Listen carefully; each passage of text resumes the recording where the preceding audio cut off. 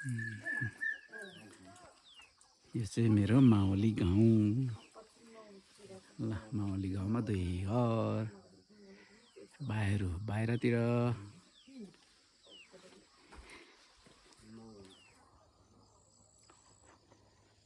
यो मेरो कान्छा ससुराको छोरो सालो गोविन्दले लगाउनु भएको किवी खेती राम्रै फलेछ। पहिला यहाँ खोर्सानी बारी हुन्थ्यो, अहिले त्यसको सट्टामा किवी लाउनु भएको छ। म अहिले ससुराली घर आइपुगेको छु। यो चाहिँ ससुरा सासु हुँदाखेरि उहाँहरूले बनाउनु भएको पहिलाको पुरानो घर हो। यो चाहिँ घर चाहिँ भत्किसकेको छ।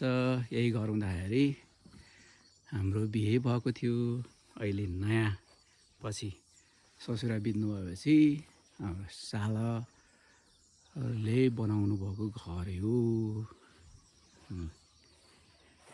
अहिले चाहिँ यहाँ जेठो सालो र उहाँको श्रीमती मेरो साइनाले चाहिँ बहिनीको बसाइ छ। र उहाँहरूले चाहिँ अहिले यहाँ एउटा भैँसी नि पाल्नुपर्छ, कुखुराको खोर, यतातिर कागती, मकै बारी, कुखुराहरू ल यस्तो रहेछ है। यो मेरो माउली गाउँ र ससुराली गाउँभरिका चाहिँ दिउँसो पानी खुवाउनको लागि वस्तुहरू ल्याउने। अनि यहाँ चाहिँ भैँसी आल बस्ने थियो, अहिले यहाँ सुक्खा भएछ। घर घरमा धारा भएकोले गर्दाखेरि यहाँ पानी लिनमा आउने मान्छेहरू पनि कोही पनि छैनन्। यस्तो बिजोग छ। आज चाहिँ मेरो जेठो साला र म चाहिँ माथितिर चाहिँ सालाको बारीतिर घुम्न जाँदैछौँ। र यो पुरानो कुवा चाहिँ यस्तो रहेछ। अब यहाँबाट पानी कसरी यस्तो बिजोग भएछ के गर्नु। र यो कुवामा चाहिँ माउली आउँदाखेरि हामी पनि पानी लिन आउँथ्यौँ यहाँ बोक्नलाई। अनि ससुराल आउँदाखेरि हामी ज्वाइँहरूले पनि पानी बोक्नु पर्थ्यो, टाढा हुन्थ्यो। यस्तो थियो। अहिले अब यस्तो भयो ल, जमाना यस्तो भयो है। खरडाँडा भन्ने ठाउँ यो हो। र यो चाहिँ यो माथिल्लो भेग चाहिँ मेरो माउली गाउँ हो। अनि तल्लो भेग चाहिँ मेरो ससुराली गाउँ हो। ल यस्तै छ यहाँको दृश्य। यो माचकर नामबाट देखिने दृश्य हो। र यो देखिएको कुलो जस्तो ओह्रालो उकालो भएको यो चाहिँ मलुङ हाइड्रोको दोस्रो परियोजना निर्माणाधीन छ भने मलुङको पहिलो हाइड्रो चाहिँ तल पोक्तिङ खोलाको दोभानमा रहेको छ। त्यहाँको चाहिँ बिजुली उत्पादन भइरहेको अवस्था छ। र यहाँभन्दा माथि चाहिँ गाउँपालिका कार्यालय पनि देखिन्छ। यो मलुङ खोला अब पहिला पानी पर्दाखेरि यो भरि देखिन्थ्यो यताबाट पनि। अहिले चाहिँ यो सुक्खा मौसम असारमा भएर उयो चैत वैशाखमा जत्रो छ त्यत्रै पानी देखिन्छ। यो हाइड्रो निर्माणाधीन रहेको ठाउँ लिस्पु सिरचौर अन्तर्गत पर्दछ। यो गाउँ र परतिर प्राप्चा, यी गाउँहरू भनेको चाहिँ क्षेत्री बाहुन र सुनुवारहरूको बाहुल्यता रहेको बस्ती रहेको छ। र यो लिस्पु भन्ने ठाउँमा चाहिँ नेपालहरूको बाहुल्यता छ। र यहाँका नेपालहरू चाहिँ पढ्न भने चाहिँ एकदम तीक्ष्ण बुद्धिका रहेका। हामीले पढ्दाखेरि अब फर्स्ट सेकेन्ड भनेको नेपाल हुन्थ्यो प्रायः जसो। अब त्यहीँको चाहिँ एकजना शिव नेपाल भन्ने अब कक्षाको हिसाबले मेरो भन्दा जुनियर र जागिरको हिसाबले सिनियर साथीले हिजो मात्र कल गरेर चाहिँ कुराकानी भएको थियो। उहाँ चाहिँ अहिले यतातिर यो रामपुर भन्ने ठाउँमा सरुवा भएर बसाइसराई गर्नुभएको छ। र यो बसाइसराई रहेको रामपुर चाहिँ अब एकदम तीव्र गतिमा चाहिँ घरहरू चाहिँ बढिरहेको र त्यहाँका फेरि क्षेत्री बाहुन समाजका चाहिँ काठमाडौँतिर तराईतिर जाने क्रमको छन् र योभन्दा पारिदेखिको टार छ त्यो चाहिँ जराए टार हो। त्यहाँ चाहिँ बेली चमेलीको खेत पनि पर्दछ र त्यो चाहिँ हर्कपुर अन्तर्गत पर्दछ। ल है त साथीहरू, यो चाहिँ पातल जङ्गल भन्दा माथिको चाहिँ यो पहिरो हो। अहिले पहिरो चाहिँ रोकिएर छ, अलिअलि तल देखिँदो रहेछ। अनि यो तलदेखि घारीतिर सबै पहिरो लगाएर अहिले जङ्गल भाउ छ। यो भर रहेको ठाउँतिर चाहिँ मेरो ससुरालीहरूको जग्गा थियो।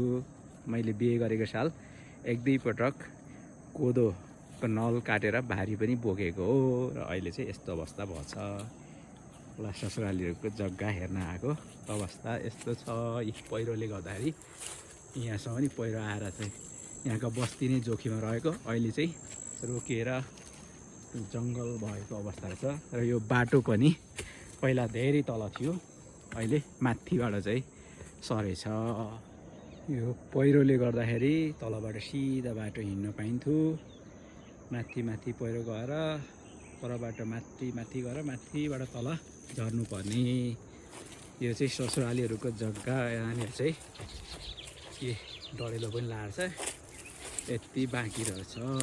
ल यस्तो छ अवस्था। यहाँबाट देखिने दृश्य सेप्ली झरना।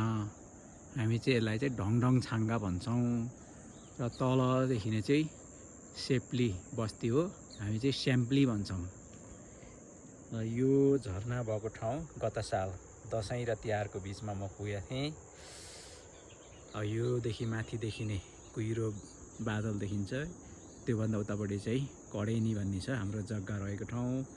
अनि यतातिर चाहिँ त्यो कुहिरोभन्दा उतापट्टि सखरे भन्ने ठाउँ हो त्यता पनि हाम्रा ससुरालीहरूको जग्गा पहिला थियो। ल यतातिर चाहिँ पात्ताले नलडाँडा भन्ने ठाउँ पर्छ। यस्तो छ दृश्य। यतातिर जुकाले पनि खान्छ। पहिला धेरै जुका लाग्थ्यो, अहिले चाहिँ कमै लाग्ने छ। तैपनि हाततिर पनि खुट्टापट्टि पनि लागिसकेको छ। ल ससुरालीको बारी जग्गाहरू पहिरोले लगेको हेरेर अहिले हामी फर्किँदैछौँ। यस्तो खतरा छ, यहाँबाट लड्यो भने कता हो। ल अब फर्किने क्रममा छौँ है त। जोक माध्यमको खिसो बाउको हो युम पर्यो। ए कोदो रोपाई मकै बाक्लो मान्छे नदेखिने रहेछ त हौ।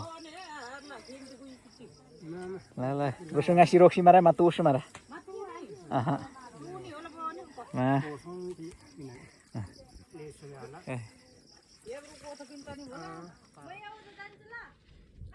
किवी खेती। यो चाहिँ हाम्रो सोल्टी पर्नेको। ल यो सोल्टीले जातमा चाहिँ खाँदैन। ल यो सोल्टीको मलेसियादेखि ल्याउनु भएको यो पुरानो 3 पिसवाला क्यासेट प्लेयर अझै पनि सुरक्षित साथ चाहिँ रहेको रहेछ। ल यो त कति मान्छेले बजाउने नाच्ने गर्ने भारीमा समेत बोकेर हिँड्ने थियो नि त जमाना। ल यतातिर यस्तो कोदो बिहाड गर्ने काम हुँदैछ। यहाँदेखि तलतिर राई गाउँहरू पर्छ, फेरि यहाँदेखि माथितिर चाहिँ शेर्पा गाउँ पर्छ। हामी मास्करनामको चाहिँ माथिल्लो भेगमा छौँ। यसरी घुमघामको क्रममा छौँ। हामी अहिले ठ्याक्कै कोर्नम डाँडामा आइपुगेका छौँ र यहाँबाट देखिने दृश्य माथि बिल्दु, त्यहाँदेखि यता सैमल, यो गोफे ढाड जङ्गल, अनि यता त खर डाँडा मेरो माउली ससुराली भएको गाउँ। यसपछि मेरो गाउँ यहाँबाट तल देखिन्छ यसरी। यहाँबाट चाहिँ फेरि पारीतिर त्यो लौदो डाँडा हो। मेरो गाउँबाट त्यो हेर्दा चाहिँ आकाशतिर हेर्नुपर्ने हुन्छ, तर यो ठ्याक्कै कोर्नम डाँडाबाट हेर्दा चाहिँ यो कोर्नम डाँडाभन्दा होचो देखिँदो रहेछ। ओखलडुङ्गा सदरमुकाम बजार चाहिँ यतातिर छ। ल यस्तो छ है हाम्रो गाउँको दृश्य। ल कोर्नम डाँडा ल शेर्पा बस्तीतिर हामी आइपुगेका छौँ। यस्तो छ। ल यता पारिदेखि नै जोबन्की गोगने यता बगादी माथितिर चाहिँ अब बिल्दो परिहाल्यो। यस्तो छ। यहाँ खरायो पालन रहेछ। ल कति राम्रा खरायोका नानीहरू खरायोका बाउहरू। ल यो लेकतिर जाने बाटोमा प्लास्टर गरिएर छ अनि रेलिङ पनि लगाइएको रहेछ। यो चाहिँ डाँडे गौडा उकालो भन्ने गर्छन्। हामी चाहिँ अब ओह्रालोतिर झर्दैछौँ आज घुमघाम सकेर।